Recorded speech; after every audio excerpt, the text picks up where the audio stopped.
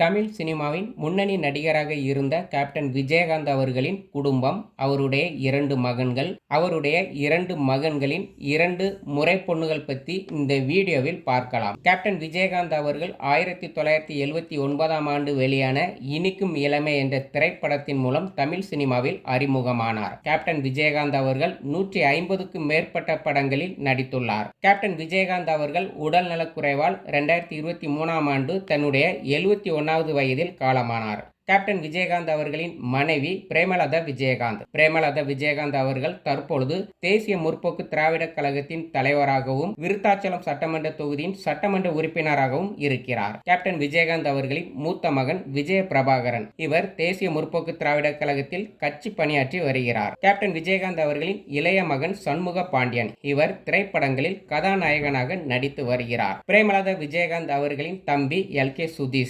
சுதீஷ் அவர்கள் கேப்டன் விஜயகாந்த் அவர்களுக்கு பக்கபலமாக இருந்து வந்தார். அதாவது கேப்டன் விஜயகாந்த் அவர்களின் தொழில், காலேஜ், தயாரிப்பு நிறுவனம் உள்ளிட்டவற்றை கவனித்து வந்தார். தற்பொழுது எல்.கே. சுதீஷ் அவர்கள் ராஜ்யசபா எம்பியாக இருக்கிறார். எல்.கே. சுதீஷ் அவர்கள் மனைவி பூர்ணஜோதி. எல்.கே. சுதீஷ் அவர்களுக்கு 2 பெண் குழந்தைகள் இருக்கிறார்கள்.